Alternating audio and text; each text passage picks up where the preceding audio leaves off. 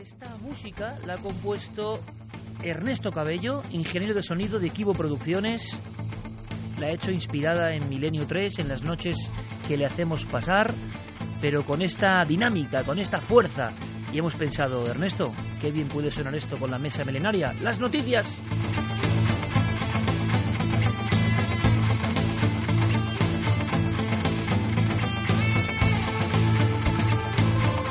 Porque en el fondo imaginamos con estos sonidos una especie de planeo sobre el mundo, sobre este mundo absolutamente insólito, sobre este mundo lleno de noticias que es verdad que vuelven al gran público, porque gran parte de los portales digitales, de la prensa, se hace eco de cosas sorprendentes. A veces, en la tramoya de lo sorprendente, una información vital, interesante, y esa es la que nosotros intentamos cribar para intentar saber cómo está este viejo y querido mundo de verdad, desde la panorámica milenaria.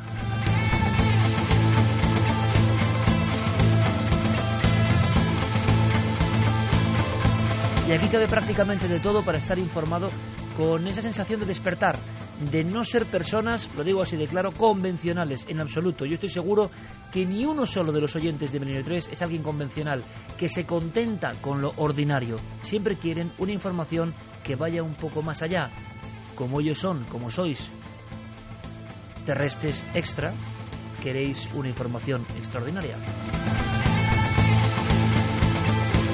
Y viajamos por el mundo para ir a un punto concreto de África donde está ocurriendo algo que tiene que ver con esa palabra que da tanto miedo, ébola, pero encima con ese componente que casi se hila a nuestro dossier principal. ¿Retornados?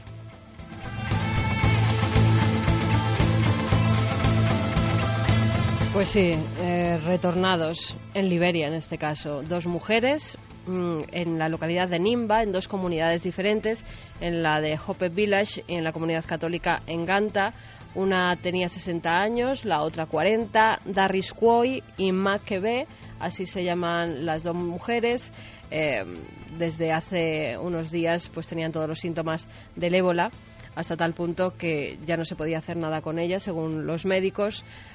A una incluso los 2 últimos días no la dieron nada de comer e incluso no le aplicaron la medicación porque ya estaba en estado terminal, no había nada que hacer con ella y los medicamentos, como sabéis, pues allí están faltando en todos los hospitales, en todos los centros. Con lo cual, cuando ya están que se van a morir, no les aplican medicación. Esa mujer fue llevada a su comunidad, la otra a la suya. Les dan los cuerpos a los familiares y cuando están llevándolas a enterrar, ambas mujeres parece que resucitan, que se despiertan, que se levantan ante el susto, claro, de todos los que estaban en esa comitiva mortuoria. Hasta tal punto, Iker, que estas 2 mujeres han sido de nuevo alejadas de su sociedad porque ya se las ve como fantasmas. Esto ya estaban muertas y es pura brujería. Creen que son los fantasmas de los muertos que se están apareciendo. O sea, retornados de verdad, corpóreos. Exactamente. Lo que pasa que ahí está lo que está pasando. ¿Cuántos habrán sido enterrados estando en estado comatoso y luego han revivido? Porque claro, ahora inmediatamente, en cuanto pues los médicos dicen que fallecen, son enterrados. Cuanto antes mejor, precisamente para que no se pueda extender todavía más ese virus del ébola. Además, está ocurriendo otra cosa, que es que la sangre de las personas que ya han tenido ébola y se han curado, empieza a haber un mercado negro, porque están diciendo que con esa sangre se previene el ébola, con lo cual hay mucha gente que está comprando sin pasar por los servicios médicos esa sangre a algunos de los que han sobrevivido. Pero hay otro peligro, los virus, entre ellos el del SIDA, que puede tener esa sangre de los que han sobrevivido al ébola pero tienen otras enfermedades, con lo cual esto parece ser una pandemia de virus que nunca se va a acabar. Hay varios elementos realmente escabrosos en todo esto. África se está convirtiendo en un vergel de noticias, por desgracia, terribles.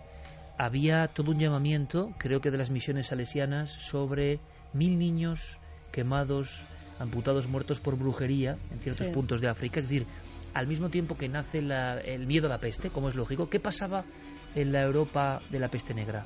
Se quemaron más brujas que nunca, porque se acusaba a las brujas de ser causantes de la peste. Bueno, pues si hablábamos de los retornados, los mismos males o bienes que azotan a la humanidad nos creemos ajenos a ellos, pero es que seguimos comportándonos con los mismos memes, ¿no? Con los mismos comportamientos establecidos.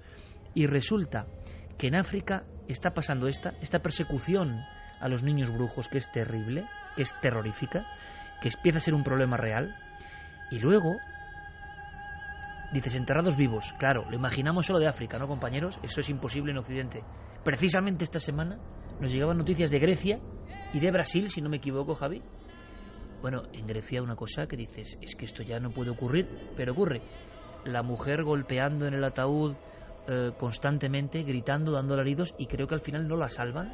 O sea, muere, pero había sido enterrada viva. O sea que el entierro prematuro de Edgar Allan Poe sigue produciéndose, y no precisamente solamente en África, ¿no? Y además es que parece, y Santi lo sabrá por los conspiranoicos, que esto ya estaba anunciado. Es decir, cuando se fabrica el Z-Map, que ahora de repente no hay Z-Map, no se sabe por qué, ya decían los conspiranoicos que este medicamento podía hacer que se cayera en un estado semicomatoso, que pareciera que estabas muerto, y que luego resucitarían, y que todo esto está urdido por el gobierno, como siempre, de Estados Unidos, y que por eso, ¿os acordáis? A lo largo de estos años anteriores, eso del apocalipsis zombie, y que incluso hemos visto a militares enfrentándose a un posible apocalipsis zombie, pues que era todo para esto, porque ya sabían que del ébola iban a retornar zombies.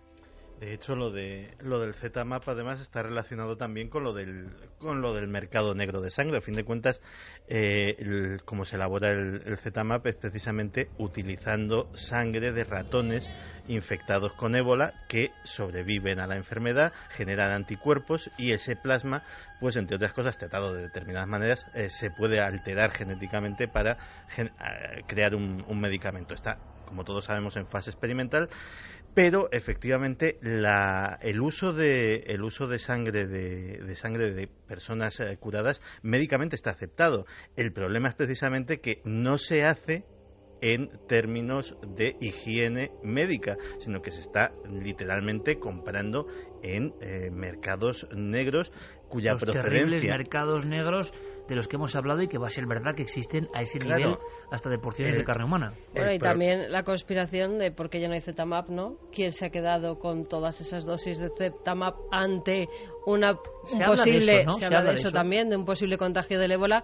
¿Estará en manos poderosas por si acaso el ébola llega a Europa, a Estados Unidos? Claro, pero ¿esto es verdad o es una reacción también casi vírica de la conciencia global respecto a que siempre los ricos poderosos hacen todo? O sea, ¿es leyenda que nos creemos o habrá algo de verdad? Vamos a ver, las últimas declaraciones del propio presidente Obama sobre el tema del ébola han sido bastante claras en cuanto a que Estados Unidos o el gobierno de Estados Unidos se lo toma muy, muy, muy en serio como una amenaza estratégica a su seguridad nacional.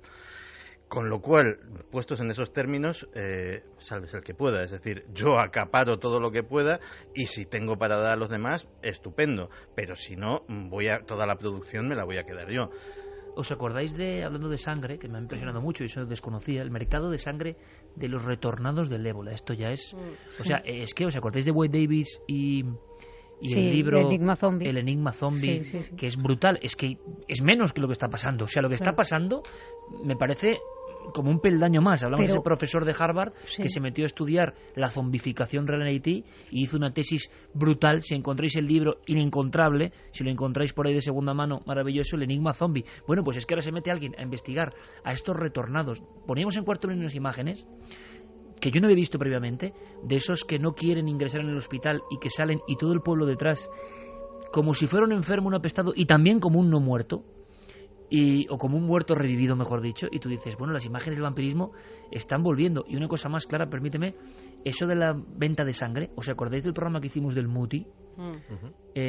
La caza y captura de albinos para extraer la sangre de negros albinos y utilizarlo como pócimas de hechicería, ¿no? Claro, es que yo creo que precisamente uno de los problemas más grandes que hay en cuanto al ébola es que se da ahora mismo en unas regiones en las que la magia, la superstición y las creencias están muy vivas, ¿no?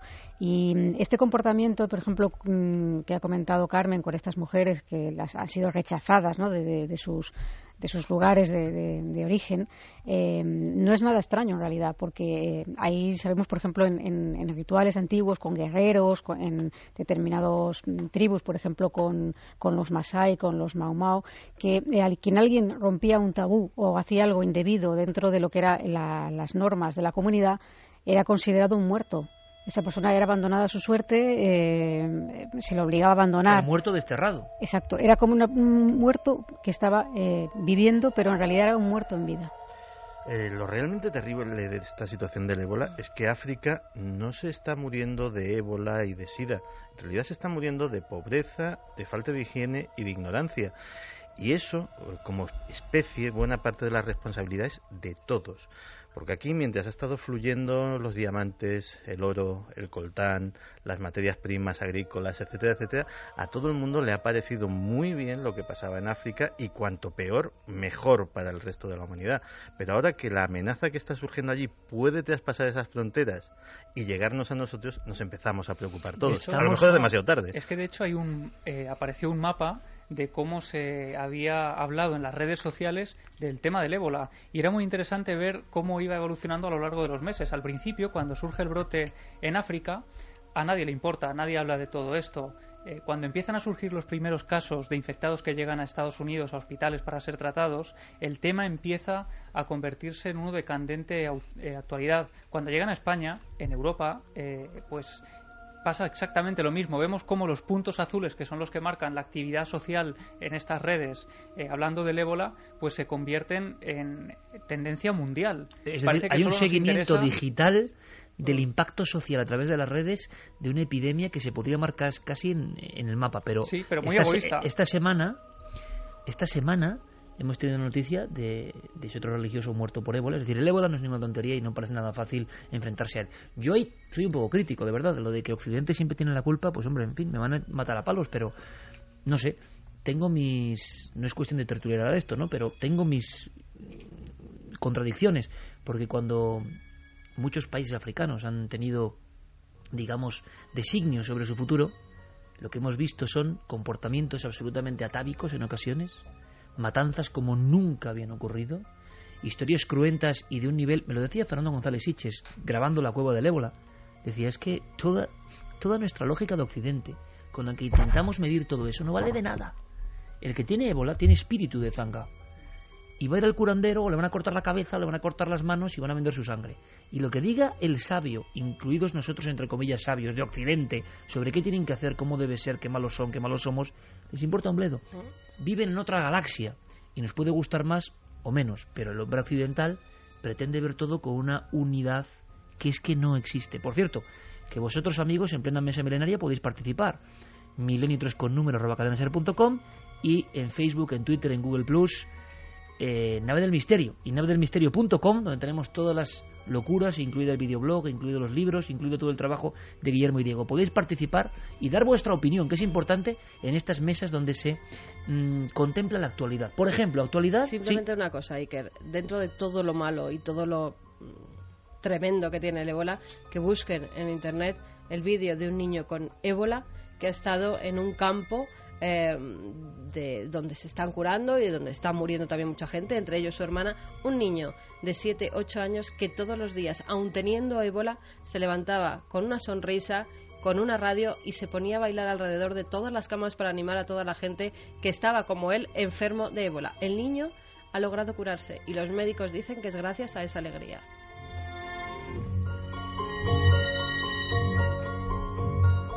Nos has dejado...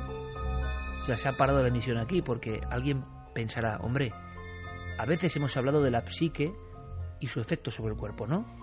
Y entonces muchas personas que están sufriendo terribles enfermedades, a las que mandamos un abrazo grandísimo, dicen, hombre, no se puede ser tan injusto de decir que la alegría cura. No estamos diciendo que la alegría cure, pero desde luego algo debe hacer, debe fortificar. Puede haber casos que sean imposibles, pero cuidado, estamos viendo cómo muchas veces la ciencia no puede con el ébola.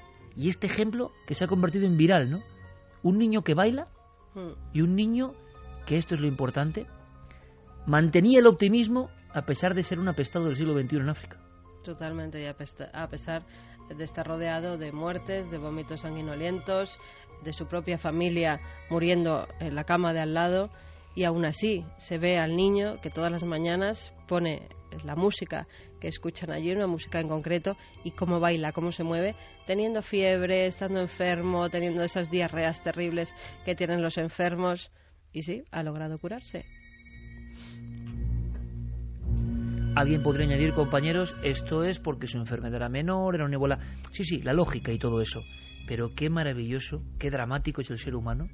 Cómo es capaz de, en las peores circunstancias, sacar ejemplos tan luminosos como este, ¿no? Y quedarnos con esta visión. Yo siempre lo pienso, ¿no? El que ve siempre la botella medio vacía, en cualquier circunstancia, el que se queja de todo. Y hay gente que tiene otro chip.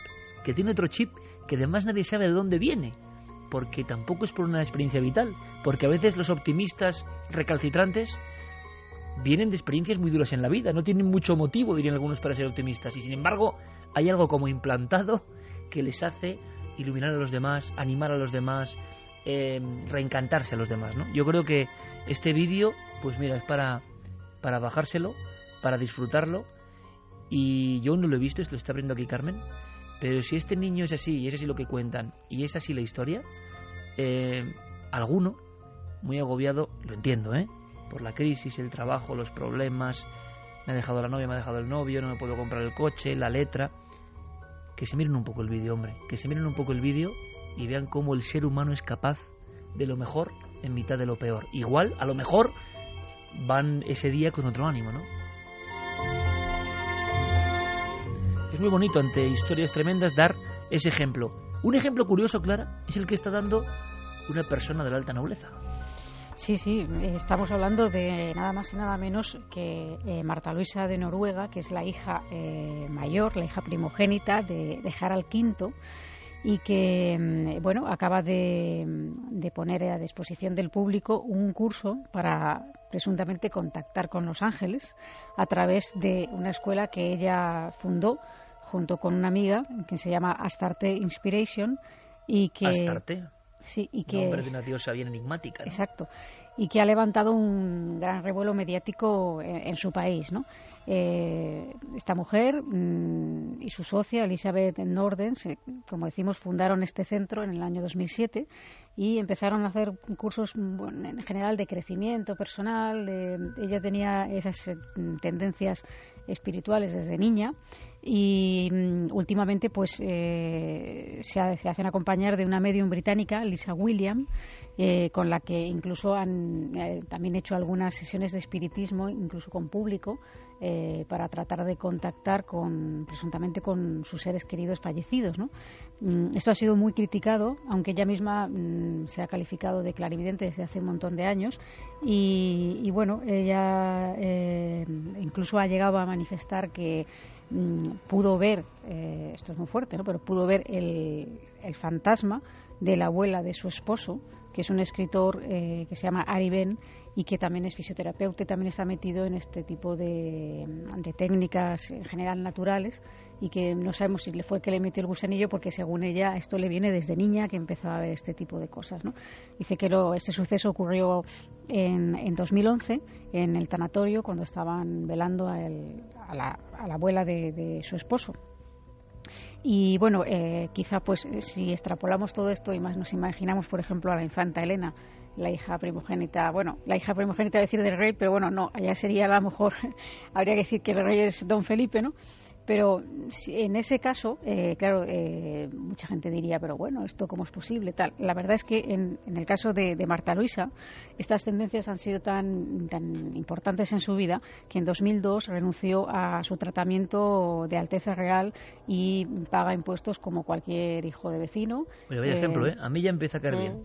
Y no obstante, pese a este rechazo de su tratamiento y intentar normalizar su situación y poder dedicarse a lo que le gusta realmente, que es esto, pues ella todavía se le está mirando con lupa, y por eso ha sido noticia esta semana, ¿no? porque con ese curso para intentar contactar con los ángeles, pues ha creado un malestar en la sociedad, que no ve con buenos ojos que ella se dedique a esto y que diga cosas como que habla a diario con su ángel de la guarda.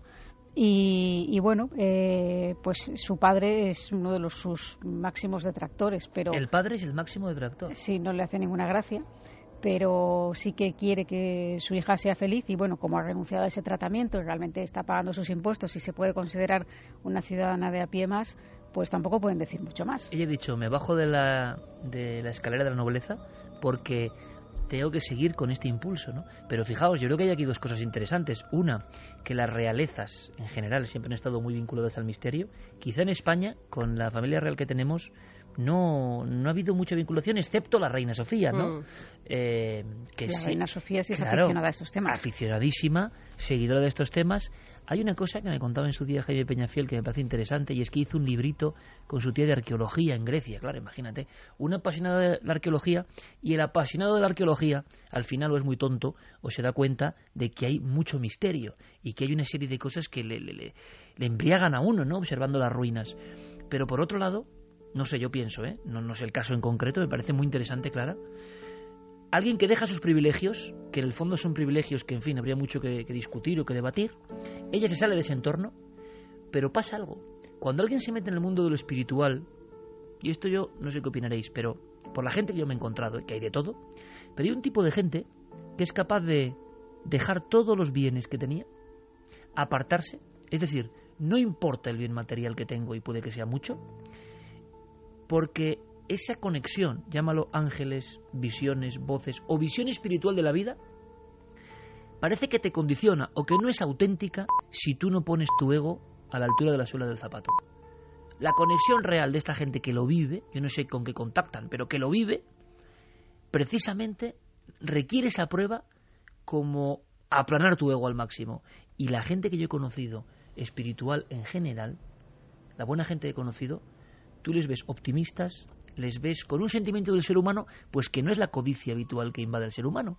Y entonces aquí tenemos un ejemplo tremendo, ¿no? Alguien que se sale de su órbita de privilegios porque lo que no le van a quitar es su conexión con los ángeles. Me parece maravilloso. Sí, es más, incluso en esta especie de sesiones que han hecho relacionadas con el espiritismo y la mediumnidad, pues claro, todo el mundo estaba muy expectante ante la posibilidad de que ella misma pidiera contactar con sus familiares fallecidos, que son miembros de la Casa Real noruega, ¿no? Y ella declinó hacer esto sabiendo que eso iba a levantar cierto morbo, y ella no quería eso, no le interesaba. Yo pienso que también realmente puede ser una persona que en su momento tuvo una cierta experiencia, se sintió llamada a todo esto y equivocada o no, ha seguido su camino, yo creo que con cierta nobleza, ¿no?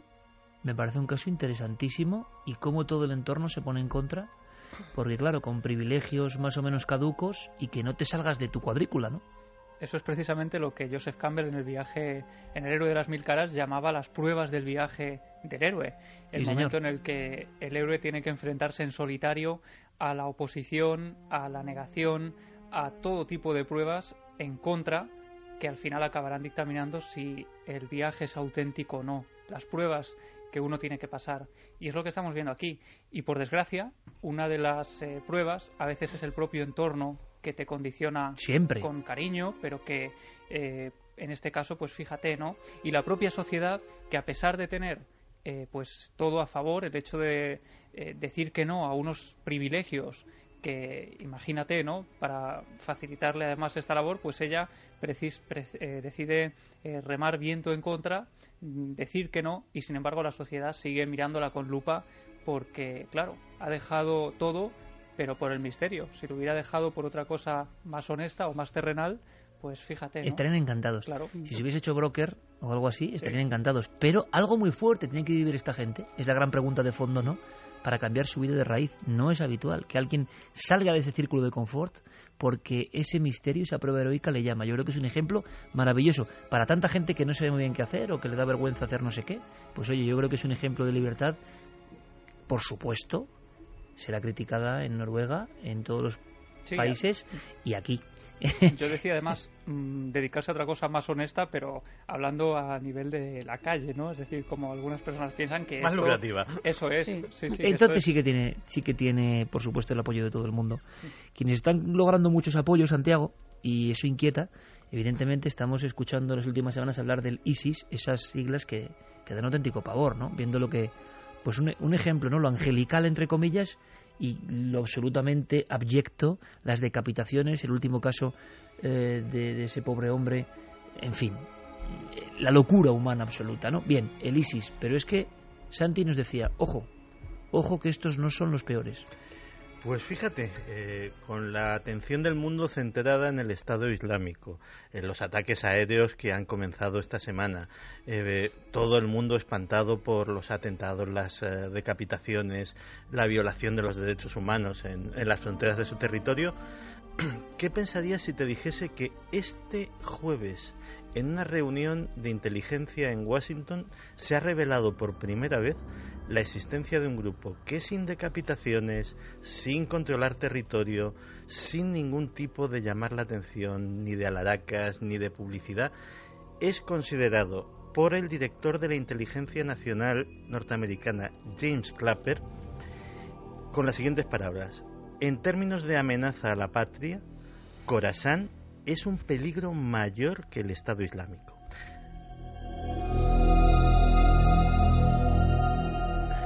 ¿Y quiénes son Khorasán? Khorasán viene de un hadith, de una profecía que se atribuye al profeta Mahoma y que viene a decir lo siguiente, viene a decir: cuando veas a los hombres de Khorasán, que es una región que incluye Irán, Pakistán y parte de Asia Central, cuando veas a los hombres de Khorasán empuñar la bandera negra, únete a ellos, hagas lo que tengas que hacer, aunque tengas que reptar sobre hielo, porque esos hombres serán los que conquistarán Jerusalén. ¿Existe esa profecía? ¿Se cree en ese hadith? ¿Y qué está pasando? ¿Quiénes son? ¿Hay una realidad? Hay una realidad y la verdad es que la realidad es bastante inquietante. Khorasán parece ser que es la organización de Muhsin al-Fadli, que era uno de los pocos hombres de confianza de Bin Laden que sabía con antelación los atentados del 11S. En aquel entonces tenía 19 años, ahora tiene más de 30, y se ha convertido en el líder de esta organización escindida de Al-Qaeda, que su propósito no es controlar territorio, no es crear un califato, no es conquistar el mundo musulmán, sino llevar el terror a las puertas mismas de las casas de los infieles, o sea, nosotros. ¿Cómo hacen esto? Pues tienen su sistema es el siguiente. Su hito es el 11S. Es casi una obsesión. Y su obsesión es generar un atentado de mayores dimensiones que el 11S. Cualquier cosa que tenga un impacto mediático y un impacto de vidas humanas sobre Occidente que sea de gran magnitud. No les valen los lobos solitarios, no les vale que un perturbado empuñe un cuchillo y mate a un soldado británico. Todo eso les parece una absoluta pérdida de tiempo. Ellos van a lo grande. Los máximos expertos en explosivos con los que contaba Al-Qaeda, que eran realmente expertos de primer orden, se han unido a Khorasán. Los agentes que tenían ya infiltrados en células dormidas en Occidente parece ser que también están adscribiéndose a esta nueva, entre comillas, organización, porque el pasado jueves supimos de su existencia, pero según la CIA llevan siguiéndoles la pista durante años y de hecho en los ataques aéreos de los últimos días han bombardeado algunas de sus bases de entrenamiento y uno de los laboratorios donde hacían ¿qué? Donde probaban nuevos métodos para sortear las medidas de seguridad de los aeropuertos. En esos laboratorios, al parecer, tienen los mismos escáneres que por los que pasan nuestros equipajes, los mismos arcos de detección de metales, tienen reproducciones exactas de casi todo lo que se pueden encontrar. Y han llegado a plantear cosas tan absolutamente increíbles, tan fuera de la imaginación hasta del más perturbado de los guionistas, como por ejemplo la posibilidad de injertar quirúrgicamente las bombas en el interior de los cuerpos de los terroristas suicidas. De tal manera que, a fin de cuentas, es un terrorista suicida, se va a morir igual, pues qué más da que te haga una operación, te abra de arriba abajo, te meta X kilos de explosivos, te vuelva a coser y te suba a un avión. Pues uno de los planes, parece ser, era precisamente ese, crear un día de la ira en el cual X terroristas equipados, entre comillas, de esta manera, se subirían a cierto número de aviones y los harían caer a la vez para espanto de Occidente. Y todo, nunca lo olvidemos, tampoco por una cuestión, alguien puede decir que sí, económica, de poder, sino una cuestión que nace ¿dónde? En la religión más profunda, ¿no? En la creencia. En la creencia, en Dios y los hombres. En fin, nos quedamos y aún creemos que hemos aprendido mucho. A veces, escuchando a Santi, sí que hay esa sensación de que los creadores o jardineros cósmicos es como para decir, madre mía, vaya trabajito que hicisteis, ¿no? Lo que te decía antes, por cada Miguel Ángel hay un Mengele. Y no sé si la proporción es adecuada, Santi. Quizá está la balanza más inclinada hacia el mal, pero hay que creer en el bien, no nos queda otra. Javi, nos marchamos rápidamente con un caso casi a modo de teletipo que está llamando la atención en Argentina. Sí, está ocurriendo en el barrio de Coposal, en Salta, Argentina. Allí Fabricio Guerra hace unos días se ha tenido que acercar a la comisaría 17 para interponer una denuncia porque en el interior de su vivienda están sucediendo fenómenos extraños. Él dice que todo comienza el 17 de julio, cuando empiezan a sentir una especie de opresión en el pecho todos los familiares de la casa, todos los habitantes. Los pequeños, el niño pequeño que tiene 4 años llega a escuchar unas voces, el hijo mayor también escucha esas voces en el interior de la casa. Estos fenómenos empiezan a generar un malestar que hace que empiecen a darse peleas continuas entre el matrimonio. Dicen que a partir de este momento empieza una etapa en la que todo les sale mal. Hay un día en el que llegan a la casa, no ha habido nadie dentro y descubren que las cortinas están tiradas por el suelo, las sábanas están enrolladas de una forma muy extraña, con la ropa también está como anudada, tirada por el suelo, y eso les causa un auténtico miedo.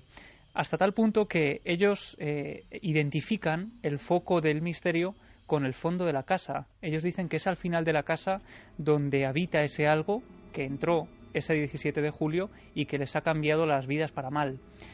Les ha cambiado tanto las vidas que dicen, ellos aseguran, atribuyen a ese mal diferentes desgracias que les están ocurriendo a los familiares. De hecho, Fabricio le relata a los periodistas que el hijo mayor está en el hospital de Buenos Aires sometiéndose a una operación de cirugía de columna por una serie de problemas que ha tenido desde ese día, y entonces se encuentra solo él en la casa con el hijo pequeño y con la madre. Claro, hace solo unos días, el lunes, dicen que los vecinos escuchan unos gritos desgarradores desde el interior de la vivienda que les causan tal impacto que llaman a la policía creyendo que hay un episodio de violencia en el interior de la casa. Cuando se personan allí los 2 policías, lo que encuentran es a los 3 habitantes, al niño de 4 años, a Fabricio y a su madre, aterrorizados en el interior de la vivienda porque han empezado otra vez a vivir ese número de fenómenos que les tienen aterrorizados. Y cuando los policías inspeccionan la vivienda, descubren que al final de un pasillo se encuentra el perro, también aterrorizado, con el pelo erizado y con una actitud un tanto extraña. Cuando empiezan además a interrogar a los familiares, les sorprende que el niño pequeño, el niño de 4 años, no hace más que repetir que en la casa hay un duende que quiere llevárselo.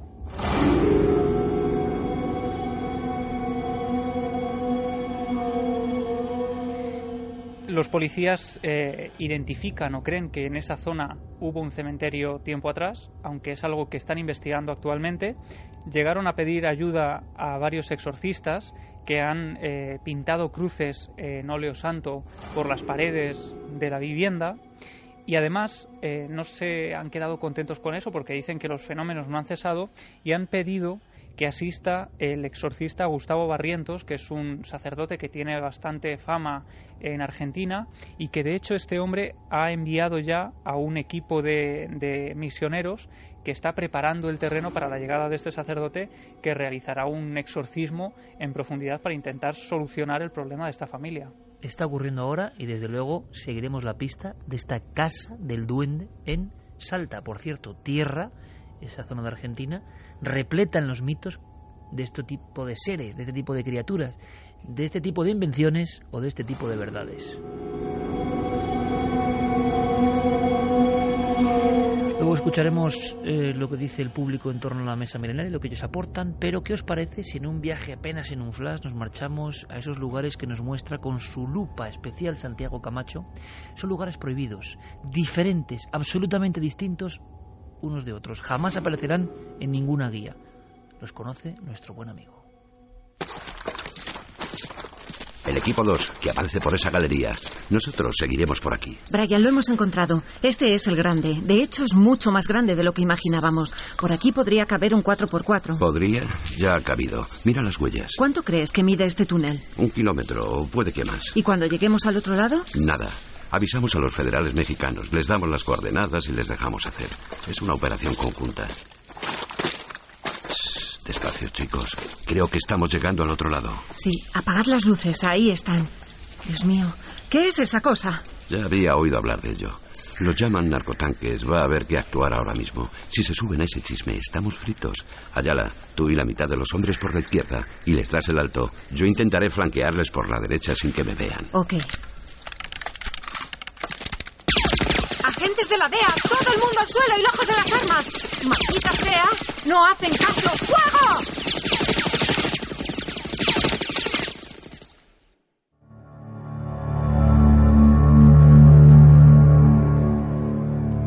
Extendiéndose a lo largo de más de 3.000 kilómetros, la frontera entre Estados Unidos y México es probablemente una de las más conflictivas de la Tierra. Desde hace años, los gobiernos de ambos países se encuentran embarcados en una sangrienta guerra que tiene un único eje: las drogas.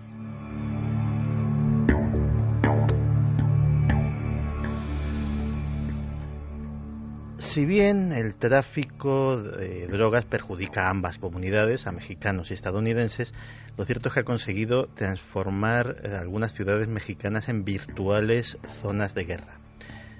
Entre los años 2006 y 2011, solo pongo ese dato como cifra, 40.000 personas han muerto víctimas de la guerra del narcotráfico.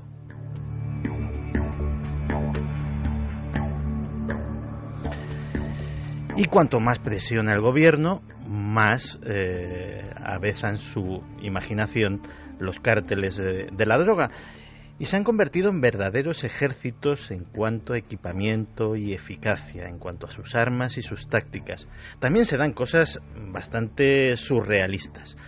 Catapultas medievales para lanzar la droga de un lado a otro a la frontera. Cuando esto no parecía lo suficientemente potente, se han utilizado cañones neumáticos. Los mismos cañones neumáticos con los que se lanza al hombre bala en los circos. Esos, pues imagínate los fardos de droga volando de un lado a otro con ese cachivache.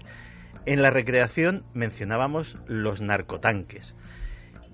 Camiones enormes de 18 ruedas cubiertos de placas de acero de más de 1 centímetro de grosor, con troneras para los fusileros que son virtualmente inexpugnables y que aguantan cualquier cosa menos un impacto de artillería.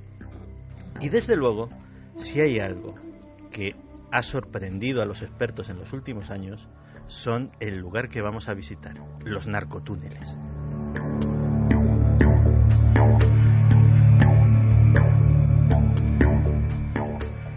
Túneles excavados bajo tierra que unen los Estados Unidos y México y que intentan burlar la vigilancia fronteriza de este país para transportar la cocaína, la marihuana, a veces también a inmigrantes.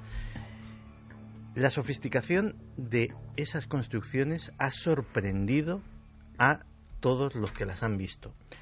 Longitudes que alcanzan el kilómetro. ventilación, electricidad, vías por las que discurren vagonetas, algunas motorizadas, con los cargamentos.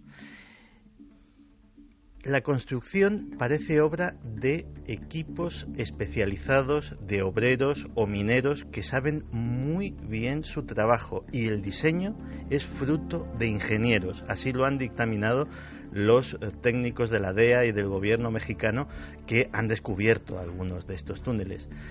Ingenieros pagados con el dinero de la droga.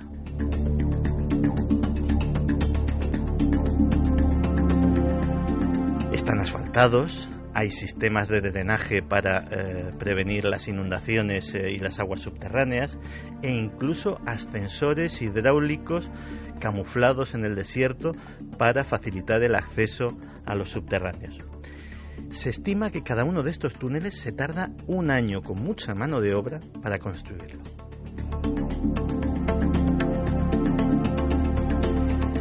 Toda la frontera está salpicada virtualmente de estas construcciones, pero hay una zona que parece que ha concentrado la mayoría. Se trata de la frontera que hay entre las ciudades de Tijuana y San Diego. Allí parece ser que se han encontrado muchísimos. De hecho, en los últimos años, el número de narcotúneles se cifra en 150 los encontrados, y se cree que los que todavía permanecen en secreto son muchísimos más.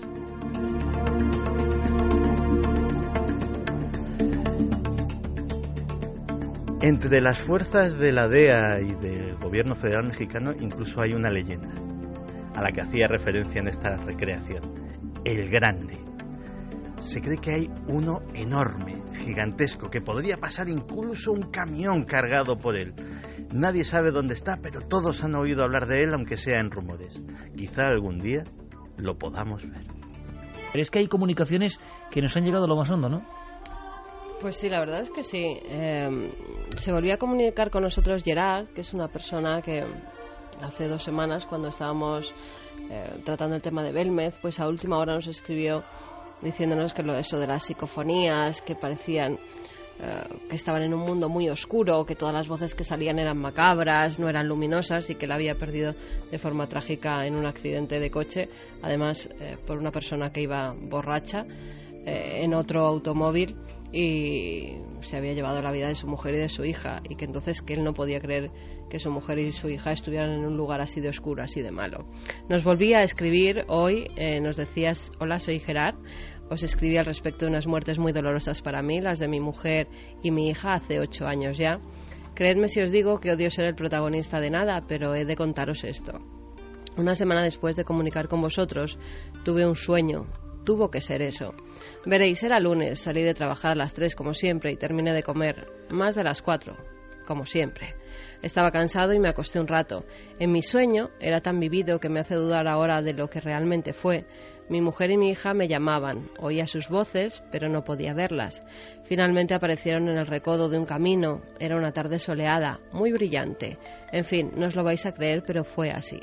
Ambas venían de la mano de nada menos que de John Lennon y George Harrison. He de aclarar que son mis Beatles favoritos. Improvisando, All You Need Is Love. Pude abrazarlas y besarlas. Me dijeron que estaban muy bien, que eran muy felices, rodeadas de amigos como John y George que cuidaban de ellas. Dentro de mi sueño, otro sueño se cumplió. Pude cantar con ellos mis canciones favoritas de los Beatles.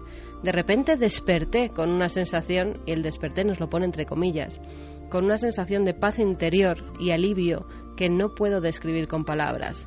Creo que todo se debe a vuestras palabras de consuelo hacia mi angustia de la semana anterior. Tuvo que ser eso, creo, dados mis presupuestos ideológicos que ya os comenté. Soy agnóstico y ateo, las dos cosas. En cualquier caso, no podré olvidar a mi niña diciéndome: papá, vente lo antes posible, y mis lágrimas de felicidad. No puedo por menos que daros las gracias, sea lo que me ha pasado. Pero lo que más os agradezco es que seáis de verdad auténticos y tan buenas personas que no os voy a olvidar nunca. Permíteme, Carmen, darte 2 besos enormes, y a ti, Iker, también un abrazo de hermano. Pues puedo decir que todo el esfuerzo, todo lo que hacemos, todos los cambios que ha habido, todos los sufrimientos, todas las alegrías, todo lo que significa hablar a la gente, ha merecido la pena. Si alguien, después de pasar por un trance tan terrible, e interpretando lo que nosotros decíamos, porque nosotros, sin tener ninguna verdad, hablábamos de aquellos que dicen que en la luz, en el otro lado, hay tal felicidad que no quieren ni volver, ni aun teniendo hijos. Es algo tan enorme, tan intenso, tan inefable, tan inalcanzable lo que se siente al otro lado, que no quieren volver. Por lo tanto, es un mensaje de esperanza. Da igual que uno sea ateo, que uno sea agnóstico. Es muy sencillo serlo, además, cuando la vida te ha azotado de una forma inimaginable. Que nosotros pongamos un granito de arena, sin ser gurús, sin ser místicos, sin ser embajadores de ninguna verdad. Precisamente que nosotros, en conjunto, pongamos un granito de arena en el alivio y en ese sueño. Él lo relaciona. Yo creo, amigo, que seguro que no fue un sueño. Esta noche pretendíamos y pretendemos hacer algo diferente, algo distinto, un homenaje a toda nuestra audiencia, esa audiencia que ha permitido sobrevivir a este programa que no encajaba en ningún lugar realmente, que empezó como apuesta de un verano, que luego se desdobló en cuestiones televisivas.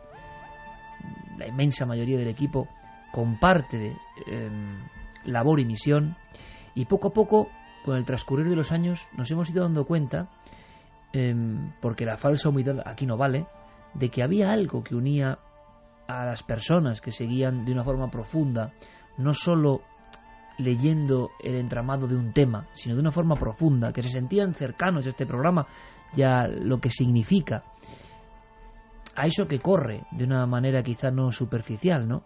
Quizá los valores que enarbolamos todos los que hacemos este programa. A todos esos conectados les debíamos también nuestro agradecimiento.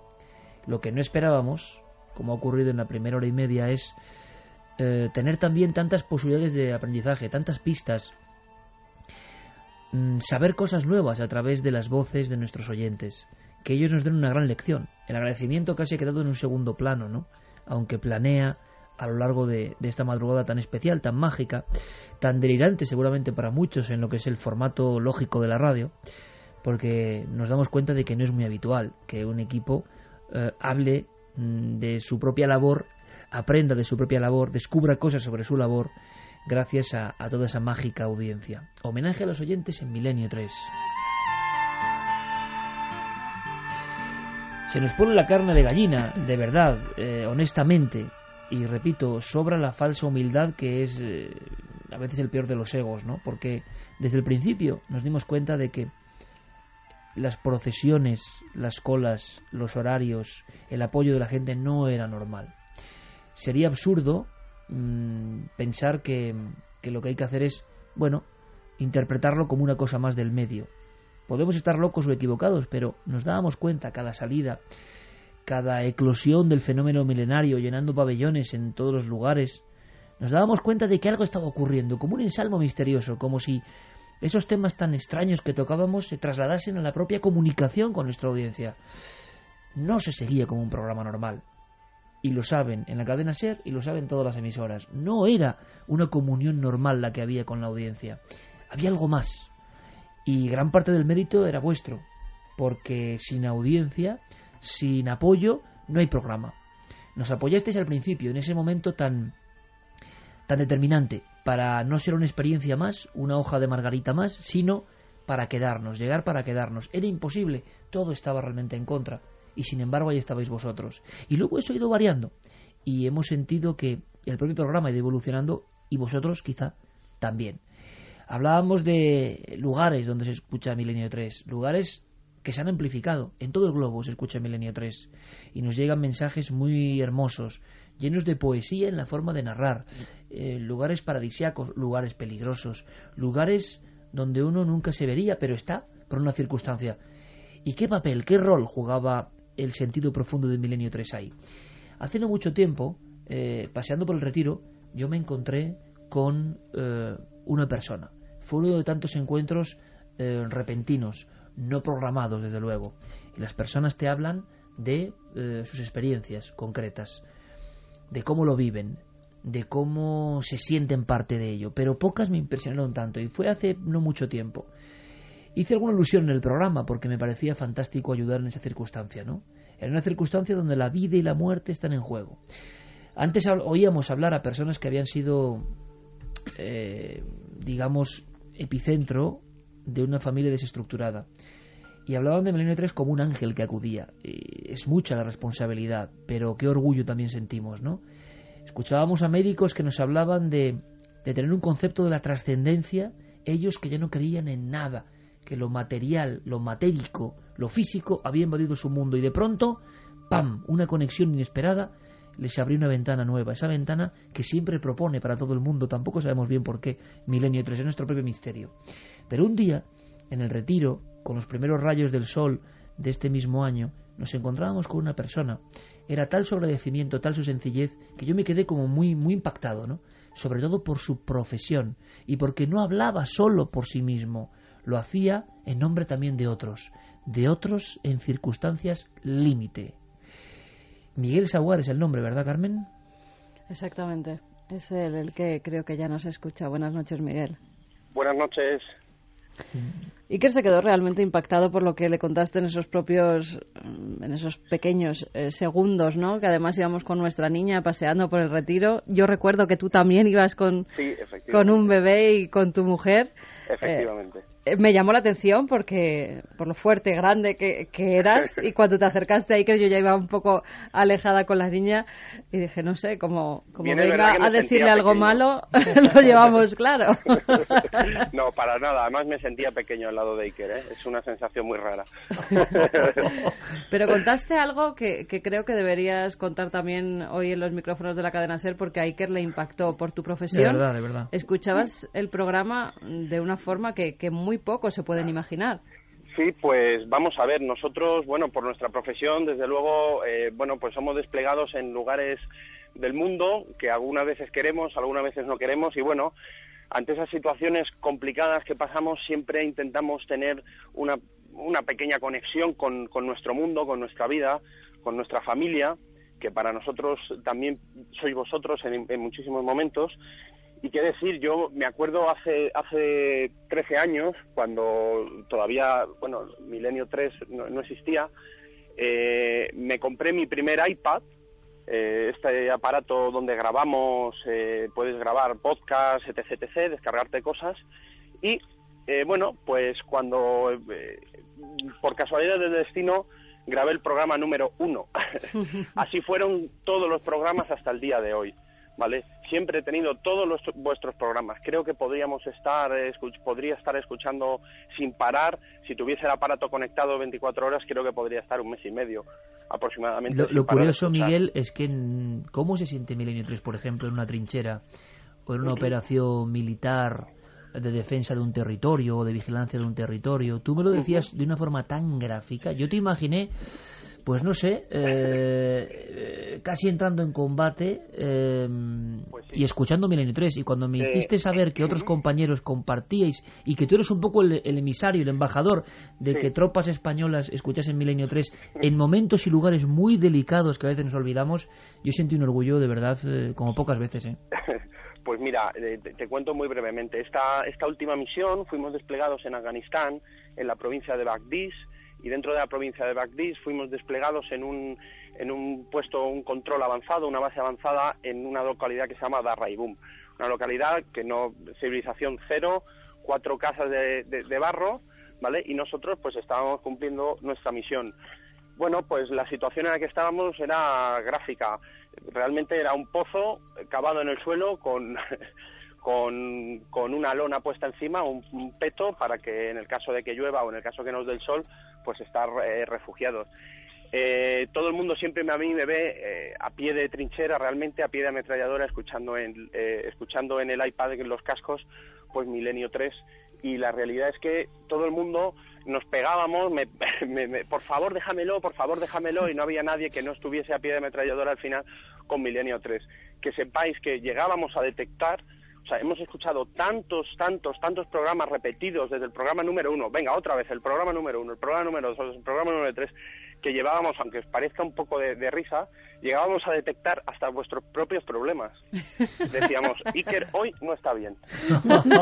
Eso es habitual, Carmen hoy, Eso es Carmen habitual. Hoy, Madre Carmen mía, hoy qué escena. está totalmente mosqueada. Realmente, Eso pero era el fruto de en horas Afganistán. y horas, efectivamente, Miguel, horas y horas. Y es que esto es la magia de la radio en vivo, ¿no? Llevamos una noche que no sé, nos estamos sorprendiendo y aprendiendo tanto, pero ¿qué os aportaba? ¿Qué te aportaba a ti, Milenio 3, en una circunstancia de ese tipo? Realmente aportaba, era ese pequeño hilo, cuando nosotros solamente podemos disponer de un teléfono satélite, algún segundo que otro, hablar con tu familia, el poder tener la posibilidad de escuchar algo que está narrado y que está hecho en tu territorio, en tu ciudad, y que es ese pequeño hilo que te queda de conexión con lo que es tu civilización, con lo que es tu casa, y sobre todo pues nos da ese debate, ese de cuando apagamos el iPod, el poder hablar y el dialogar. Tienes tantas horas libres, entre comillas libres, tantas horas muertas, que era puro debate, gente más escéptica, gente menos escéptica, pero realmente todo el mundo acababa escuchándonos. Era la realidad, no había nadie que no lo escuchase. Oye, Miguel, ¿y cómo es escuchar una psicofonía con una metralleta en la mano? Pues a veces que nos reíamos cuando alguna historia de terror, etc, y os escribían en el Facebook, estoy trabajando en un hospital por la noche, ¡ay, qué miedo! Y nosotros nos mirábamos a los ojos y decíamos, joder, pues como escribíamos nosotros, pues me llamaba mucho la atención. Pero claro, no podíamos acceder a escribiros. Claro. ¿Qué programas fueron así como más polémicos? Cuéntanos un poco, ¿cuáles calaron en ti o en aquellos debates? Pues quizás un poco por la circunstancia en la que nos encontrábamos, lo que más debate generaba sobre todo era la conspiración de las Torres Gemelas. Sobre todo porque, habla tanta gente de ellas, sobre Bin Laden, etc, y nosotros, como lo vivíamos allí, y una de nuestras misiones era esa, pues qué brutal. Entrábamos en polémica con nosotros mismos entre, madre mía, es que estamos haciendo algo que la gente está hablando en la radio de ello. Entonces, pues realmente lo agradecíamos, por lo menos era así, era la realidad, y debatíamos mucho sobre eso, debatíamos en general sobre todo, pero nos marcaba muchísimo lo que en ese momento estábamos haciendo, y cuando se hablaba sobre las conspiraciones, las Torres Gemelas y Bin Laden, etc. Miguel, se ha hablado aquí esta noche, a lo largo de unos minutos, con muchos oyentes en diferentes circunstancias, las más diversas, que el oyente de Milenio, el oyente, vamos a decir, un poco entregado, que de verdad cree que es algo más que un programa, siente esa especie de hermandad. Nos da de verdad orgullo, ¿no? Y mucha ilusión que tan lejos, en un lugar agreste donde la vida y la muerte están ahí en un filo, un grupo de personas, de españoles, sintierais esa hermandad. Lo sentíais, ¿no? Sí, desde luego. Es que es una sensación que no se puede, no sabemos realmente. Yo personalmente llevo muchísimos años perteneciendo a un grupo de trabajo donde trabajas hombro con hombro y generas esa hermandad que tú dices, pero no sé si es la magia de la radio, no sé si sois vosotros, pero os habéis hecho familiares a la hora para nosotros sois familiares, necesitamos muchas veces oíros, y es la realidad, os habéis hecho necesarios para muchísimos, en mi caso, para muchísimos de nosotros, es la realidad. Miguel, no sabes la alegría que nos da. Yo creo que sí lo sabéis.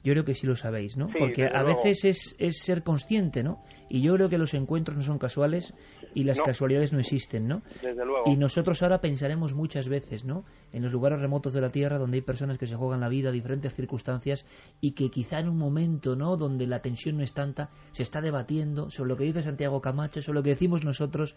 Yo creo que es algo tan hermoso, es la sensación de que el programa va mucho más allá, puede llegar a ayudar, y eso seguro que es un premio que nos dais y que esta noche os queremos reconocer.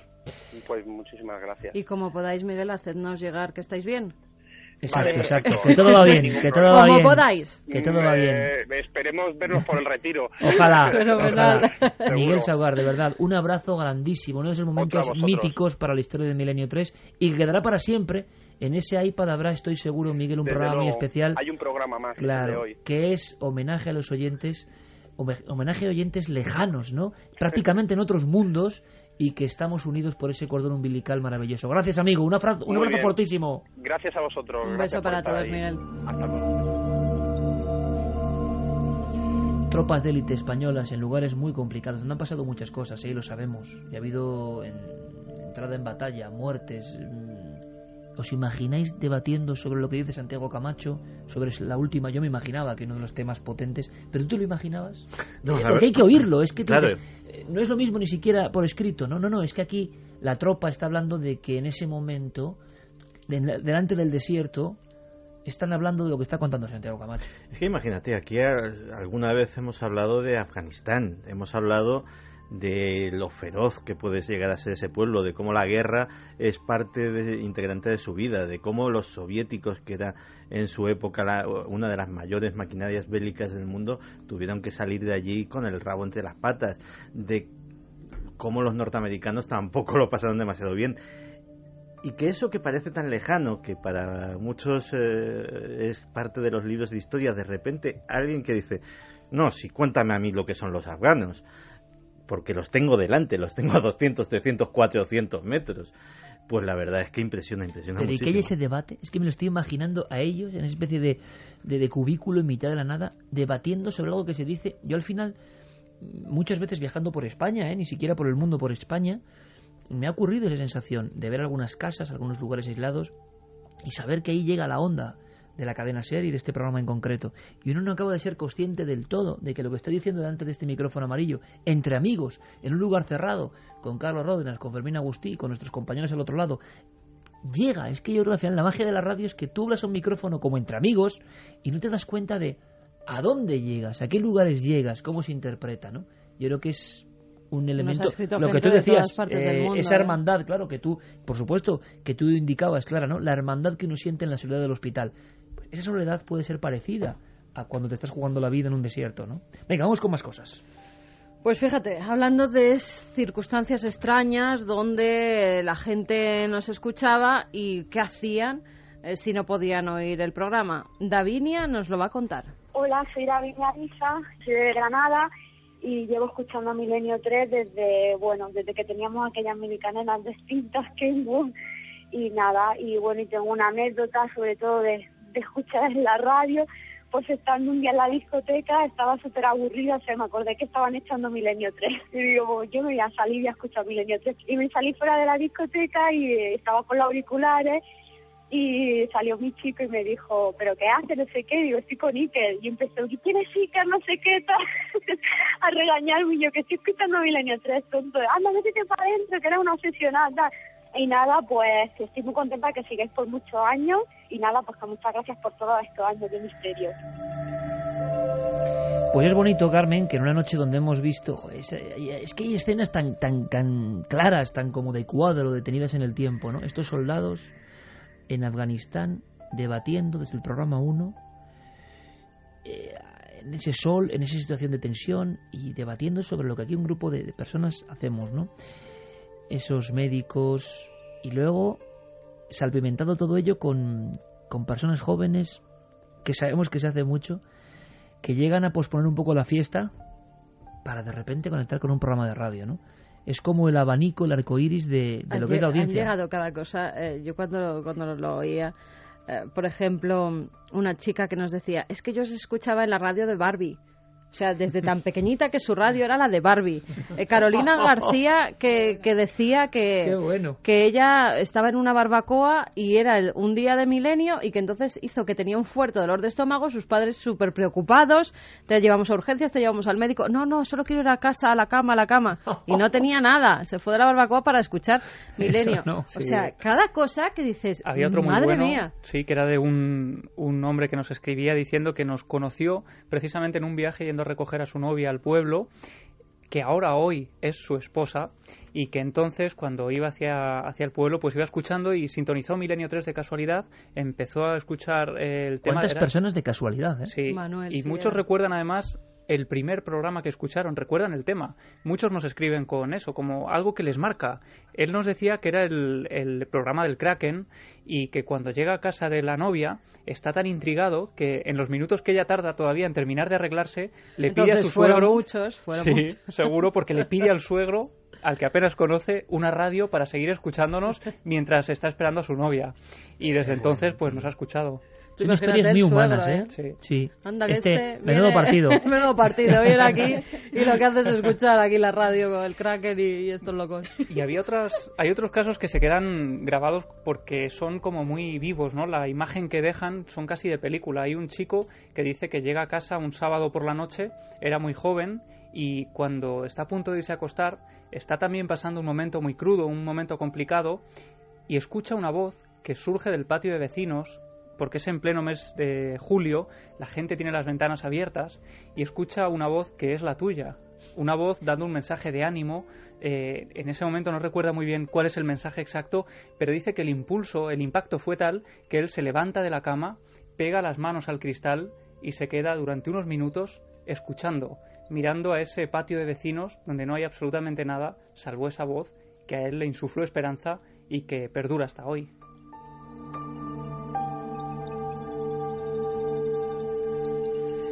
Esta idea, seguro delirante, repito, para muchos en el aspecto formal, maravillosa, y yo espero que lo recuerden, ¿no?, de corazón todos los que participan y se sienten identificados con lo que estamos haciendo. Una maniobra de radio muy extraña, pero que la hablaba con Clara en el pequeño descanso que hemos tenido en los servicios informativos. Es curioso, Clara, ¿eh? Porque todo esto insufla también. Nosotros hicimos eso en ese momento, pero ahora recibimos también la siembra de eso. Y incluso puede haber pistas en lo personal, ¿no? Estamos recibiendo una información que luego habrá que procesar, ¿verdad? Puntualmente, y cada uno de nosotros. Pero esta idea se la debemos, el primero que lo hemos comentado antes, que lanzó un poco la propuesta, y todos, también es eso, ¿no? Podríamos haber dicho, bueno, no, como vamos a estar hablando de nosotros mismos y de los oyentes, hombre, eso es un poco, no sé, raro, y van a pensar que egocéntrico, delirios de grandeza. La culpa ya sabes de quién va a ser. Sí. De que nos pongan verdes. De Diego Marañón. Exactamente. Diego, buenas noches. Hola, compañeros, buenas noches. Pues ya ves que este equipo está tan loco como para aceptar tu idea, a lanzarse al maravilloso abismo de escuchar a la audiencia, mediante los mails que gracias a ti y a Guillermo León hemos ido recopilando en la red, y luego las voces, ¿no?, que son como muy vivas. Personas que aseguraban que su vida había cambiado. ¿Por qué lanzaste tú esta idea, siendo uno de los jóvenes incorporados al programa en una de las últimas oleadas? Bueno, ya eres veterano en el programa, pero tú me entiendes. Porque tú intuías que algo de esto pasaba, que no iba a ser vergonzante, ni ridículo, ni egolátrico, sino que había algo que tú has conocido como Javi o como Clara desde fuera, mucho más que Santi, Carmen o yo, que estamos desde el principio, ¿no? Y que tú sabías o tenías la percepción de que esa audiencia no era normal y que sí iban a entender todo esto que está pasando esta noche. Yo intuí que algo de esto podía pasar, Iker, desde que volvimos de Mérida. Al poco de volver de Mérida tú preguntaste, bueno, ¿qué podemos hacer de cara a final de temporada que sea algo distinto a lo que hemos hecho todos los años? Y yo, viendo la reacción que había tenido la gente en Mérida y que yo particularmente, ¿no?, y en persona no conocía hasta ese punto porque era mi primera salida con el programa, intuí que había un montón de historias detrás de la gente, porque allí mismo ya nos contaron algunas de esas historias y algunas verdaderas locuras que habían hecho algunos de nuestros amigos para estar en el anfiteatro. Yo creo que es un buen momento, Iker, para saber y para conocer todas esas cosas que desconocemos, o en cuántas cosas no nos paramos a pensar, ¿no?, cuando nos ponemos delante del micrófono. Yo supongo que, pues como todos, ¿no?, cuando suena el dragón, pues le ponemos todas las ganas, pero te aseguro que hasta hoy no era del todo consciente, ¿no?, de ese abanico de situaciones y de circunstancias diversas que rodean a cada uno de nuestros oyentes. Y yo creo que esto que estamos escuchando esta noche es muy bueno. O sea, es muy bueno que nosotros mismos seamos conocedores de todo esto. ¿Por qué? No por sentirnos... No por un sentimiento egocéntrico, como decías, ni por sentirnos más privilegiados por estar donde estamos, que yo creo que todos eso lo tenemos muy presentes, ¿no?, y estamos súper agradecidos, sino por también la responsabilidad, ¿no?, por ese empujón que supone todos estos testimonios para intentar seguir esta labor, para continuar haciéndolo lo mejor que podamos, lo mejor que sepamos, para no relajarnos, en definitiva. Yo creo que no solo es gratificante todo lo que estamos escuchando, sino que además sirve pues para ponernos las pilas a nosotros mismos. Oye, Diego, quiero que te quedes ahí, porque fíjate la frase que ha soltado Diego Marañón en este momento de la noche. Y continúe la tertulia. No relajarnos. Escuchar todo esto, a mí como director, desde luego, me produce, yo no sé si un cambio de perspectiva, pero desde luego una toma de conciencia, sí. Cada uno ha tenido su toma de conciencia, cada oyente tiene su toma de conciencia. Nosotros mismos quizá también necesitamos esa toma de conciencia, perdidos a veces en la propia vorágine, ¿no?, de la producción de cosas y de nuestro deseo. Hay una cosa que a lo mejor el público. Yo ayer lo hablaba con algunos directivos de televisión. Y esta noche estamos con tantos secretos, ¿no? Y os animo a que sigamos. Fíjate lo que ha empezado contando Santiago, ¿no? De sus momentos de zozobra personal. Lo ha contado Clara, de su instante duro, ¿no? En el hospital, lo que significaba el programa, lo que hemos ido contando un poco todos. Muchas veces, y lo hemos hablado, lo complicado no es decir sí, sino decir no. Y la vida también es los noes que digas. Y resulta que cuando llega la televisión, que yo sé que muchos oyentes fieles de la radio ven que hay un cambio, que hay un momento, y es un cambio lógico. Yo estoy seguro que hay procesos donde, por ejemplo, Carmen y yo estábamos tan agotados, que una vez más el equipo se portó muy bien, ya estaba Santi en aquella época, y salían las cosas, pero era duro, porque uno tiene mucho entusiasmo y no quiere dejar esa misión que intuye que está produciéndose, pero llega a la tele casi como un accidente, y luego uno también toma conciencia de que la televisión, como ocurre con la radio, también hay un concepto y un propósito, y se cumple, y seguimos. ¿Y qué pasa? Que, y lo voy a decir, a lo largo de este tiempo, luego Dios dirá, como siempre, ¿no? Pero a lo largo de este tiempo, nosotros hemos vivido muchas ofertas de... Nadie nos ha dicho dejar la radio, o más o menos, ¿no? Pero de poder hacer otras cosas, que económicamente, que a nivel incluso en cierto momento de ese descubrimiento mágico, porque es un medio mágico, si te dejan hacer más o menos lo que quieres, que es la tele, uno tiene que deslumbrarse.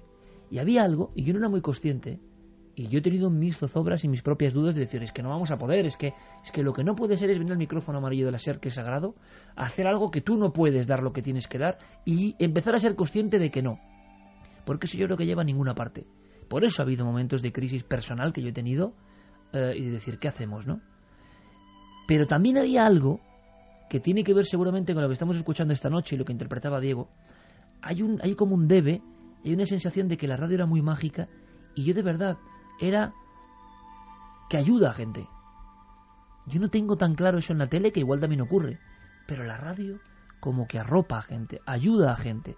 Y si tú ya tienes cierto éxito, porque como profesional lo deseas, resulta que el éxito de la radio era otra cosa, y que siempre estaba ahí, y que no se dudaba. Y es el famoso momento hace un par de años donde yo lo digo, si no es por Carmen, seguramente el programa termina y ella me convence. No es porque yo no quisiera la radio, es porque intuía que no íbamos a hacer un buen programa, o un programa con el que sentirnos totalmente orgullosos. Y el argumento fue, es un argumento delicado, que hay que mantenerse, porque claro, no me va a entender quien no está en la circunstancia. Hay mucha gente a la que tenemos que seguir ayudando. Entonces el programa Milenio 3 ya había cambiado, ya no era el programa solamente de información y de terror y de miedo y de conspiración. Era un programa donde había algo que sabíamos que era un público, no era un número, era un público que se iba a sentir un poco más solo sin nuestra labor, ¿no? Y tomar esa conciencia también es enorme, ¿no? Así que tú, Diego, la tomas en Mérida. Tu momento de conciencia personal, tú que has manejado las redes sociales, que has estado en Internet, que has sabido muy bien lo que es el público milenario, resulta que hasta que no estás en Mérida, creo que a Clara le pasa algo parecido, no eres consciente. Y por eso se te ocurre este programa. Pues sí, la verdad es que Mérida supuso como una especie de despertar, ¿no? Como de abrir los ojos a lo que la gente era capaz de hacer y a lo que suponía la gente. Tú veías a la gente que venía, pues no como si fuesen fans normales de un programa de radio, sino con un sentimiento, y lo digo así, no sé cómo sonará, de auténtico agradecimiento, ¿no? Por lo que este programa supone para ellos cada semana, de ayuda, de tirar para adelante con 1000 historias que tienen pues en la cabeza, ¿no? Y ver que eso les ayudaba, yo creo que a mí me dio como una especie de empujón para proponer este programa. Y ya te digo que yo creo que es, bueno, mi momento de... No sé, es que lo mío ha sido muy raro, Iker, porque yo todavía casi ni sé cómo he llegado hasta estar hablando ahora mismo en antena contigo, francamente. Ha sido como todo un proceso natural del que todavía... Te digo que no, creo que no soy consciente ni seré consciente mientras esté en el programa. Probablemente todos, pero además lo digo bien, creo que todos seremos mucho más conscientes, incluidos los que hacemos el programa, de lo que significa Milenio 3 y de lo que significará Cuarto Milenio cuando estos programas desaparezcan. No sé, tengo esa intuición, no lo sé. Bueno, a mí mi experiencia además con el programa, hablabais de aliviar la soledad, y a mí me ocurrió en el año 2006 cuando yo llegué a Madrid. Fue un momento que por una serie de circunstancias fue un tanto complicado. ¿Zozobra también? Sí, totalmente, porque bueno, yo tenía muy claro desde muy pequeño que mi entusiasmo, mi idea era hacer periodismo. Hacía un periódico con un compañero del colegio, y cuando se presentó la posibilidad, pues yo vine a Madrid, y una serie de circunstancias muy concretas que ahora no vienen al caso, pues me llevaron también no a una depresión, como decía Santi, porque es creo que demasiado duro, pero sí a un momento de aislamiento, de replantearse muy bien las cosas, de querer volver a la ciudad de donde yo venía, de Ciudad Real. Efectivamente, un ambiente generalizado que no propiciaba ese entusiasmo que yo tenía desde muy niño, ¿no? Y yo recuerdo en la habitación del Colegio Mayor, cuando llegaban los sábados, escuchar el programa y sentirse uno menos solo, y tener muy claro que al final había que pelear por esto. Pero esto os lo conté hace muy poco, y yo creo que en esta noche hay un poco catártica, hay que contarlo. Yo recuerdo que estaba a punto de volver a Ciudad Real, iba a dejar la carrera, iba a dejarlo todo porque era un momento muy complicado. Esto ocurría un miércoles, mi mejor amigo que estaba conmigo también se había ido ya, eso era un impulso para volver, y de pronto yo voy a dar un último paseo por la Gran Vía para refrescarme, para pensar un poco en si la decisión que iba a tomar en ese preciso momento iba a marcar mi vida o no. Y te puedes creer, bueno, vosotros lo sabéis, que paseando justo por la calle, por la Gran Vía 34, me parece, cerca de donde estaba la Manolita, de repente os veo. Llevábamos sin hablar meses, muchos meses, y de pronto la casualidad hizo que nosotros estuviéramos en ese punto concreto, con lo grande que es Madrid. Yo me lo he planteado muchas veces, los millones de habitantes que hay en la capital, y tuvimos que encontrarnos en ese lugar y en esa fecha concreta, la última vez que yo iba a pasear por la Gran Vía, creía yo. Y sin embargo, lo que hice instantáneamente, yo hablé con vosotros unos minutos y automáticamente llamé a mi casa y dije: oye, cancelad los billetes de tren, que yo me quedo en Madrid. Y ojo que esto no significó que Javier Pérez Campos entrase en el programa. No, pasaron ni mucho años. Menos, años. Y pasaron de hecho, años, pero él confió. Sí, sí. Y yo también me quedé muy impactado, nos lo hemos contado, porque vi a un chaval que tenía mucha ilusión y le vi tocado, pues tan tocado como el que da, como le conocíamos, ¿no? Como el que da el último paseo realmente por un sitio y se está despidiendo, y tampoco nos lo dijo.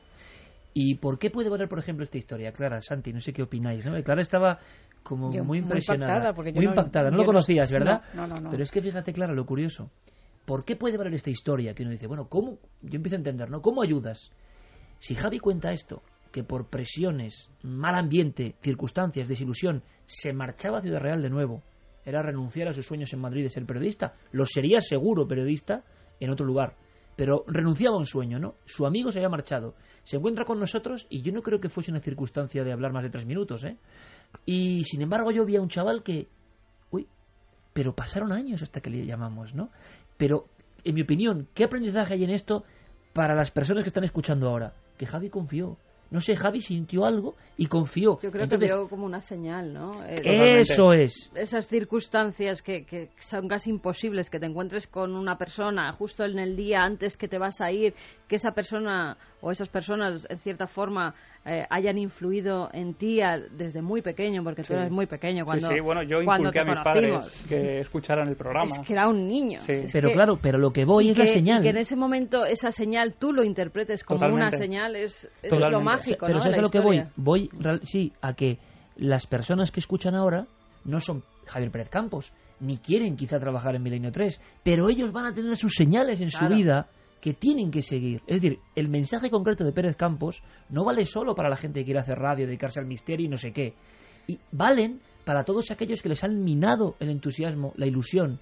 En su circunstancia concreta, alguien les está diciendo a través de la radio que hay señales increíbles que se cumplen. Y también yo creo que el mensaje es no perder la perspectiva, no olvidar ese momento clave. Y además es un momento mágico que a mí me viene mucho a la cabeza porque paso mucho por la Gran Vía, miro a un lado y es el lado donde nos encontramos, y miro al otro lado y es el lado donde estamos cumpliendo un sueño ahora mismo y donde yo no pensaba que iba a estar nunca, ¿no? Porque era como un sueño inalcanzable. Y sin embargo llegó, y lo importante es no perder esa perspectiva de cuando hemos tenido toda la ilusión del mundo, hemos luchado todo lo que hemos podido, incluso cuando pensábamos que ya no podíamos más, nos hemos superado, y ese momento yo creo que es clave para estar donde estamos. Y a lo que voy es que cada oyente en su circunstancia recibe esto como su propio impacto. que no olviden que hay señales para el que quiera, es decir, no estamos hablando de un hecho puntual de alguien y de una radio, ¿no?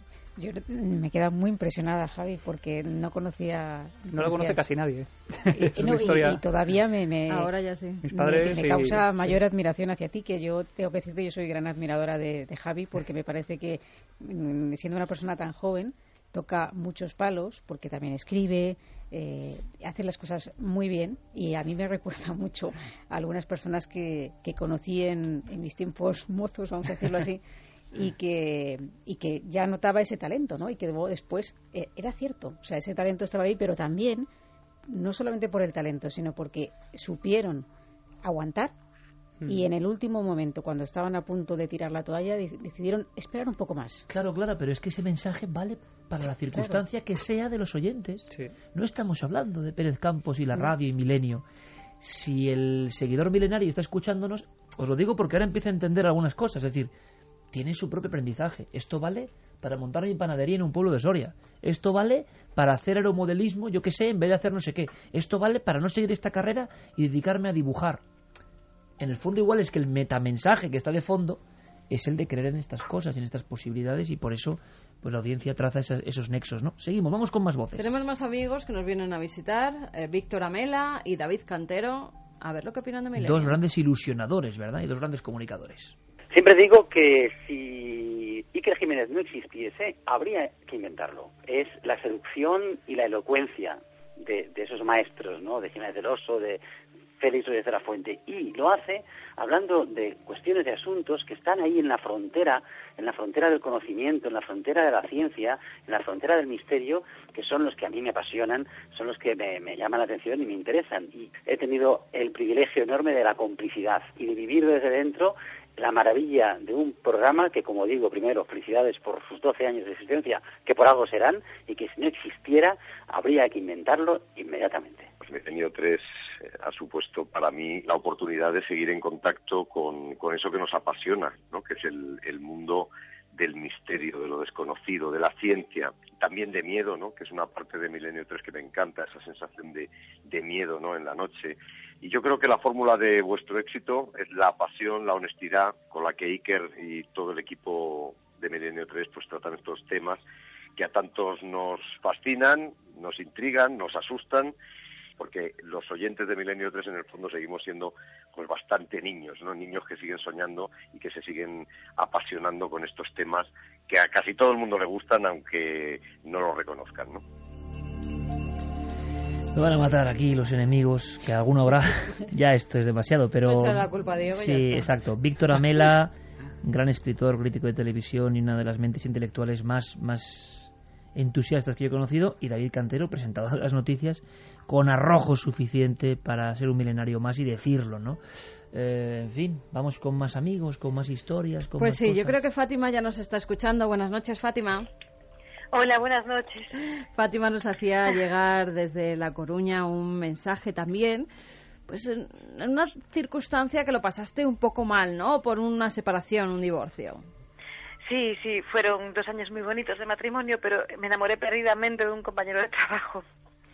Y eso, dentro de un círculo cercano de amigos, a veces no se entiende, ¿no? Los amigos lo entendieron, pero en mi círculo de trabajo, como tú dices, Carmen, no. La verdad que fue bastante espantoso. Nos dejamos los dos la piel, los huesos, por estar juntos. Fue muy difícil. ¿Y eso dio sus frutos? Sí, tenemos un hijito, 19 meses, una bendición milenaria, Carmen, por favor. Bendición milenaria, vamos. Total. ¿Cómo se llama? Lex. Se llama Lex. Bueno, Alejandro, pero le llamamos Lex. Pues Alejandro Lex, nuestra bendición milenaria en directo. Era un programa muy especial, ¿eh? Sí. E irrepetible, seguramente. Claro que sí. En cierta forma, te ayudamos un poco, ¿no?, a seguir con ese entusiasmo por ir hacia adelante. Es que es ridículo deciros que os quiero mucho porque no os conozco de nada, de nada, salvo que lleváis en mi vida desde hace muchos años. Os conocí un domingo cuando emitíais también los domingos y luego me enteré que también los sábados, entonces ya era una fanática de qué bien, porque me encantan los temas que tocáis, pero no solamente porque soy fan del misterio, del terror, porque escribo historias de miedo, sino porque es que también habláis del misterio de la vida, pues de Atapuerca, de los orígenes de la humanidad, de los orígenes de la Tierra. habláis de Carl Sagan y de ese punto azul pálido que somos. Claro, cosas maravillosas que me hacen soñar y que al mismo tiempo podía transmitir a los chavales de la biblioteca donde trabajo. Pero eso me llamó mucho la atención. Fue algo como, voy a hacer algo, ¿no?, por los alumnos y voy a crear una actividad de lectura. Sí, la hice, porque cuando yo me estaba separando y fue todo tan complicado, os descargaba y estabais conmigo por las noches, cuando ni la música que escucho, ni los amigos, ni la familia pues conseguían arroparme el corazón. Estabais vosotros por las noches para conseguir que durmiese, para aplacarme un poco mis penas, mis quebraderos de cabeza. Y entonces, como un homenaje anónimo a Milenio 3, pues en la biblioteca quise hacer un grupito de chavales adolescentes, y tenía bastantes además, que a los que quería hacer soñar y que supiesen que hay que seguir adelante, que hay que seguir soñando, aunque la vida te dé palos, pues hay que mirar hacia el cielo, hacia las estrellas y luchar por en lo que uno cree. Y vosotros sois un revulsivo brutal en ese aspecto, porque Carmen, yo he llegado a contarles lo de los pequeños ataúdes escoceses, de verdad, y todo lo que ibais contando vosotros, eso transmitía, y teníais que ver la ilusión en sus ojos, ¿no? Chavales entre 12 y 17 años que igual a veces no leían, pero que se animaban a llevar libros, a escribir sus propias historias, a contarme. Y yo suponía y supongo que de alguna manera, en alguna conspiración cósmica, os llega a vosotros o ellos mismos sean también milenarios el día de mañana, o bueno, no tan mañana, ¿no?, porque ya algunos son bastante mayores. Mira, a mí me hacía mucha gracia cuando leía tu mail, cuando cancelaron, ¿no?, esas actividades, seguisteis con un blog. Dice, nos vemos para alegría de sus padres que alucinan cuando oyen a sus hijos charlar acerca de que somos átomos de estrellas, lava y dinosaurios, para comentar el por qué el color del luto es el negro, y cuando les explican qué maravillas se localizaron en el Cerro de los Santos. Claro, yo me imagino a esos padres que sus niños de 12 años les vienen contando estas cosas y fliparán, porque eso en el colegio normalmente, pues ya estamos viendo cómo la educación no se da. Entonces todas esas historias un poco mágicas, claro, tienen que vivirlo de una forma tremenda esos niños. Claro, es que cuando cancelaron la actividad y fue todo pues un mar de lágrimas y los padres no sabían qué hacer y yo me veía atada de pies y manos, porque claro, yo al fin y al cabo pues soy una trabajadora, ¿no? Y entonces tengo que acatar las decisiones que tomen desde arriba. Pero es que ahora dije yo, no puede ser, pues venga, vamos a reunirnos en mi casa. Y los traen en moto, Carmen, ¿sabes? Que los padres los traen en moto. Y claro, luego yo sé que ellos se quedan fascinados. Los propios padres me dicen, Dios mío, es que ¿qué les haces? ¿Qué les cuentas? Que es que se quedan seducidísimos. Y yo, pues, Milenio 3. De verdad, Fátima, que, no sé, estamos aquí, Santiago, Clara, Javi y yo, pues muy emocionados y como muy llenos de orgullo. Y dices, hombre, esto que estamos escuchando es exactamente ser una embajadora de lo que significa ser milenario. Y me gustaría preguntártelo, ¿no? Porque seguramente sabes responderlo y decirlo a la audiencia y catapultarlo mucho mejor que yo. Para ti, que nos estás contando con tanto amor que yo creo que eso llega a todo el mundo, y es bonito hacerlo esta noche, ¿qué significa entonces ser milenario? ¿Qué ha significado para ti? ¿Cómo podríamos definirlo? Bueno, yo, Iker, francamente estoy muy emocionada porque os estáis dirigiendo a mí, Carmen, tú, y sé que me están escuchando el resto de tus compañeros, y yo, pues hasta ahora he sido muy anónima porque, pues no, por X y por B, no tenía internet, tal, y ahora os estoy oyendo, y ser milenario es una forma de vivir, es una forma de vivir el mundo, es una forma de vivir los sueños, es una forma de mirar, como os decía, hacia arriba, hacia las estrellas, y de saberme, pues, no sé, digamos que eterna.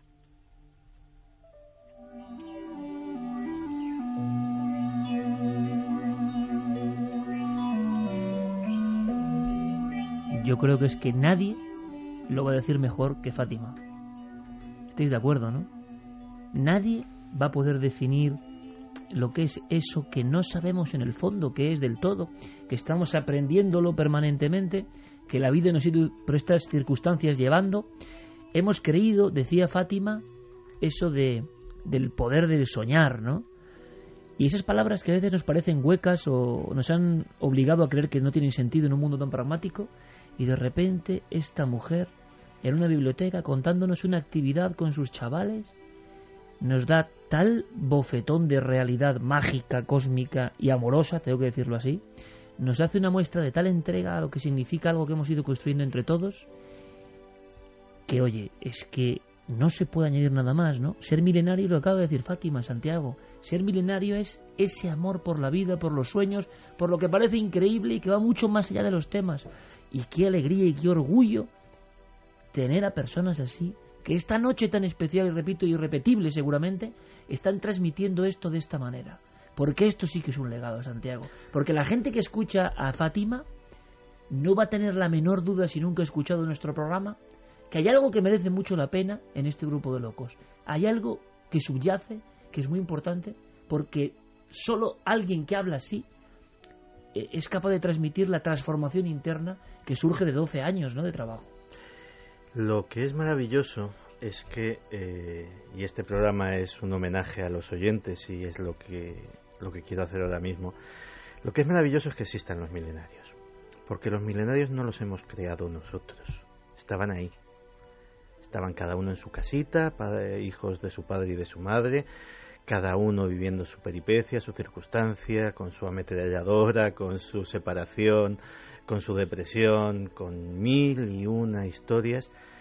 Y nosotros, el único trabajo que hemos hecho, y vaya, parece que lo hemos hecho bien, es aglutinarlos, es darles un pequeño faro, darles una lucecita a la que acercarse, y nada más.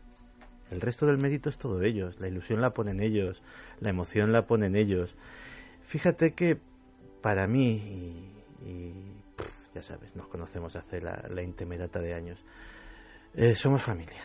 O sea, somos familia con todo lo bueno y lo malo que tiene ser familia, y en mi caso, siendo el raro de la familia, más todavía. En todas tiene que haber uno. A mí, fíjate que, claro, vivo esto desde dentro, lo trabajamos, lo curramos con toda la ilusión del mundo. Lo único que me da un poquito de envidia es que nunca podré ser milenario. Nunca podré vivirlo desde el otro lado. Nunca podré verlo como algo nuevo, como algo fresco, como algo de a ver qué va a pasar esta noche. Aunque no esté aquí, porque ya os conozco y ya sé cómo se hace y ya sé las cosas que vas a decir, esa ilusión fresca no la voy a tener nunca. Y ahora mismo me da muchísima envidia. Noche de homenaje a los oyentes que nos están enseñando tantas cosas tan bonitas, tantas escenas, pero de verdad, pocas, como este colofón, ¿no? Tampoco es casual. Qué hermoso lo que has contado, Fátima. Qué orgullo sentimos, qué enorme responsabilidad. No podemos relajarnos ni un instante. Qué bonito lo que cuentas de esa fuerza de querer seguir soñando. Nos has dado una lección, tú, en esa biblioteca, con tus chavales. Está Milenio 3 abierto y escuchándote, y resulta que nos has dado una lección y nos has hecho comprender que lo que hacemos de verdad es algo que merece la pena y que podemos sembrar esa semilla gracias a embajadoras como tú. Hemos tenido ahí una repentina, y pensaba en una repentina psicofonía, pero es algo mucho más hermoso. Alex. Dar un abrazo muy fuerte, y tiene mucha suerte ese niño de tener una mamá así. Un abrazo muy grande, amiga, y que sigamos difundiendo esto, que va mucho más allá de los temas concretos, que es una forma de sentir y de vivir, y como tú decías, de sentirse eterno, ¿no? Qué bonita frase. Nos ha emocionado mucho. Gracias. Gracias a vosotros. Os quiero mucho. Gracias, Fátima. Porque hablamos de puras emociones ya, Javi, Clara. ¿Qué podemos decir ante cosas tan humanas, tan profundamente humanas? Y qué bien habéis hecho el trabajo, compañeros, Fermín, Diego con la idea, Javi, Carmen, porque aquí nosotros hemos ido un poco más, y así estaba diseñado en mi mente, ¿no? Más impactos tremendos, algunos difíciles por lo hermosos que son, ¿no? Qué buen trabajo habéis hecho. Y Diego, Javi y Clara, ¿qué decimos ante esto? Qué bonito, hombre, qué bonito, ¿no? Pues mira, yo a lo largo del programa me he ido dando cuenta de una cosa, claro, que no podía tener esa visión porque no conocía el grueso del material que habían seleccionado, pero me doy cuenta de que todo tiene una especie de hilo conductor. Si nos damos la perspectiva de ver todos estos testimonios en conjunto y no por separado, nos damos cuenta de que hay un punto de inflexión, hay un antes y un después en su vida que coincide, o esa eclosión coincide con un momento importante que puede ser crucial o puede ser por tener que tomar una decisión importante, o puede ser porque, lo que hemos estado comentando, personas que estaban en una situación límite y llega ese impacto, es decir, esa especie de patada en el culo, si me permitís decirlo a estas horas, ¿no? Que es como una especie de gatillazo para decir, oye, haz lo que tienes que hacer ya de una vez. Diego, ¿qué opinas? Es que a mí me ha impresionado mucho esto. Todas, pero esta me ha parecido tan afectiva, tan en este mundo tan áspero en el que vivimos habitualmente, ¿no? Sí. Cuando recibes esto, es que te cala y da un significado a lo que haces, ¿no? No sé, Iker, tú decías antes que te iban a poner verde los de siempre por un programa como este. Yo, si el precio que hay que pagar por escuchar cosas como las que acaba de contar Fátima, como las que llevamos escuchando toda la noche, si ese precio es asumir culpa como ideólogo inicial, yo la asumo gustosamente, entre otras cosas porque cada culpa que me llega a mí, yo soy especialista en trasladársela a Fermín, con lo cual él es el culpable al final de todo esto.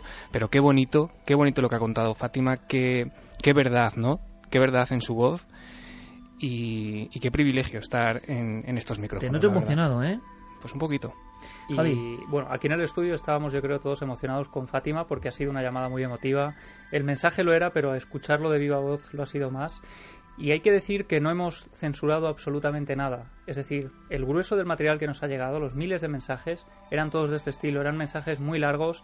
Hemos hecho un documento Word que tiene cientos de páginas recopilando todo. Hay que decir que lo hemos leído material, todo. Ese material... Algunos, eso era el material cayendo sobre la mesa. Es el material. Pero la sensación es que, yo no sé, pero... Es que yo he sentido eso en este instante, es decir, se puede ayudar a otra gente escuchando, tienes que sentirte reconfortado escuchando eso. Da igual que hablen de un tema, de otro, de un programa, de que seamos unos, seamos otros, es que tienes que sentirte como animado. Y en este mundo que vivimos es tan difícil. Sí, y los que lo hemos leído lo hemos hecho con un nudo en el estómago, yo creo, porque de verdad que eran impresionantes. Doy fe. Yo he ido pasando por, se lo decía antes a los compañeros, estaba en casa, Iker ya estaba en la cama con la niña y yo me quedé leyendo porque había gran cantidad de mails y no me había dado tiempo y me pasé hasta las 6 de la mañana y llegué a la cama con... ¿Qué sentías? Lo que te decía, un carrusel de emociones tremendo porque pasé de la congoja a la risa por las cosas que contaban al sentimiento de madre mía, ¿lo estaremos haciendo bien? Y si los mensajes que no nos llegan es que habremos hecho mal a la gente, porque nos han llegado los que le hacemos bien, pero a alguien habremos hecho mal. Por eso decía lo de la losa, por eso era lo de la responsabilidad, porque hasta que no me di de bruces con todos estos mensajes que cada uno de ellos... Y tú que lees mensajes todas las semanas. Claro, pero cuando los tienes compilados y cuando te abren el corazón de esa manera, que no es simplemente para un comentario o tratad un tema o me ha gustado mucho este programa o este no me ha gustado nada y sois unos aburridos, cuando no es un mensaje así, sino que te abren el corazón de cómo ha sido su vida con Milenio, esa responsabilidad se hace todavía más presente y eres muy consciente de que esto no es un programa. Esto es una misión y esa misión creo que es importante y que los que componemos este programa debemos continuarla. Por eso la insistencia hace 2 años cuando me decías vamos a dejarlo, si es que no es necesario. Yo te decía, Iker, vamos a dejar a tanta gente huérfana y no era consciente incluso de mis palabras y ahora he sido consciente de que es verdad, de que si Milenio un día desaparecerá, pero hay mucha gente que se va a quedar huérfana.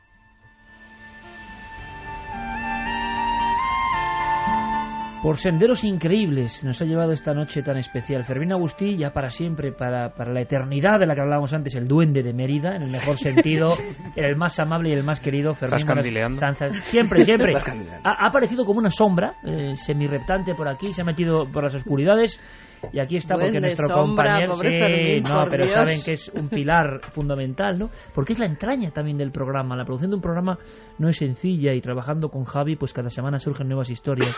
Y yo no sé, Fermín, cómo tú has vivido, compañero, buenas noches. Buenas noches. Todo esto que estábamos escuchando, ¿no? Yo estoy muy emocionado, de verdad te lo digo, y te lo pregunto a ti, ¿podrá sonar un poco exagerado para los oyentes que no son habituales? Oye, estos ya se les ha ido la pinza totalmente, ¿no? Lo comentaba antes con Carlos, el técnico, ¿no? Es un homenaje a los oyentes, y los oyentes que han participado en este programa lo van a agradecer muchísimo, pero ¿cómo lo verán aquellos que lo están escuchando esta noche, ¿no? Eso te pregunto. Esa es la pregunta que le hacía precisamente a Carlos, pero es que esta noche, fíjate, en la radio, yo siempre he querido estar en la radio, siempre he querido ser periodista, ves a los oyentes como un conjunto, el EGM, ¿no? ¿Cuántos oyentes hay en cada programa? Y esta noche hemos descubierto al oyente individual, a la persona que realmente te está escuchando. O sea, en los 500.000 oyentes que pueda tener un programa son 500.000 personas, pero darte cuenta de esa cifra yo creo que no se hace todos los días, que es muy complicado llegar a pensar en 500.000 vidas. Vidas, con historias, ¿no? Con sus como historias. estas que nos han llegado. ¿Y a ti te impresionan especialmente, Fermín? Es decir, la experiencia de esta noche, y terminamos ya, ¿te va a ayudar? Sí, sí me va a ayudar porque en algunas incluso te ves en cachos reflejado tú también. Diego Marañón, compañero, espero que nos ayude a todos. Un abrazo muy grande, amigo. Gracias por la idea, ¿eh? Un abrazo a todos. Te hacemos caso, te das cuenta, ¿no? Gracias. Un placer. Carlos Ródenas, compañero, gracias por este programa tan especial. Javi, gracias, amigo. Gracias. Que es, esa frase que has dicho, ¿no? ¿Cómo era? El ayudante sobrenatural. Vosotros sois un par de ellos. Que todos somos, Santi, gracias. Qué bonita experiencia. Aprenderemos. Pues sí, claro que sí. Ha sido una gran noche. Gracias, Santi. Clara, yo creo que hemos tenido Muchas información gracias. nueva, ¿verdad? Mucha. Importante. Sí, hay que darle las gracias a los oyentes, que también nos dan destellos de luz a nosotros. Destellos de luz, qué bonito. Y Carmen, sobre todo, que han quedado miles de cosas. Gente con familiares que ya no están, que escuchaban juntos. Miles de historias, pero por algo han surgido estas. Pues por algo será también, ¿no? Tenía que ser así. Además, yo creo que en esta ocasión el homenaje nos lo han hecho ellos Totalmente. a nosotros, aunque inmerecido, porque nosotros realmente nos lo pasamos muy bien y hacemos lo que nos gusta. Así que yo acabaría con una frase muy lógica y que puede sonar muy a radio y al final de un programa convencional. Como todo lo que hemos oído es fuera de lo convencional, voy a acabar siendo muy convencional. Pero los que están ahí saben por qué lo digo y saben hasta dónde llega esta palabra. Amigos oyentes de Milenio 3, muchas gracias.